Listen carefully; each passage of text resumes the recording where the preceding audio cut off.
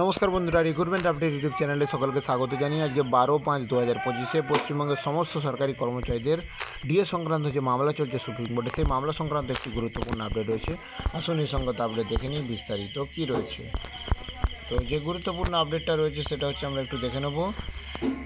Supreme কোর্টে যে DA মামলার এজলাস ফেরবদল হলো, নতুন বেঞ্চে উঠল শুনানি এবং হতাশ পশ্চিমবঙ্গের রাজ্য সরকারি কর্মীদের এক অংশ। দীর্ঘ 2.5 বছর ধরে চলতে থাকা রাজ্য সরকারি কর্মীদের ডিএ মামলার শুনানি ফের অনিশ্চয়তার মুখে।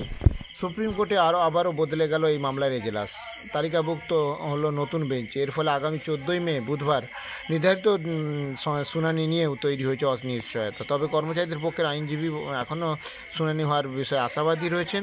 রাজ্যের ডিএ মামলা বর্তমানে বিচারপতিদের তালিকাভুক্ত হয়েছে সুপ্রিম কোর্টের 15 নম্বর কোর্টে, যেখানে মামলাটি রয়েছে 40 নম্বরে।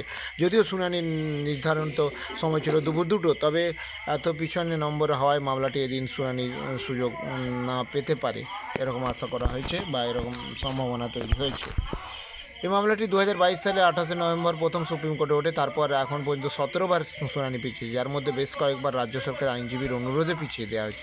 সর্বশেষ গত 8ই মে 5 নম্বর কোর্টে তালিকাভুক্ত থাকলেও রাজ্যের পক্ষ থেকে আইনজীবী অন্য এজলাসে ব্যস্ত থাকার জন্য এই পিছিয়ে 14ই মে নির্ধারণ করার দেন। আগে মামলাটি ছিল মহামান্য অন্য বিচারপতির আন্ডারে।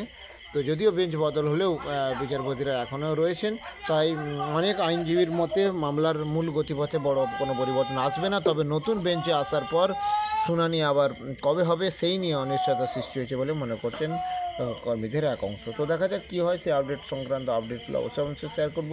সঙ্গে থাকবেন এবং চ্যানেলটা সাবস্ক্রাইব করে নেবেন। ধন্যবাদ।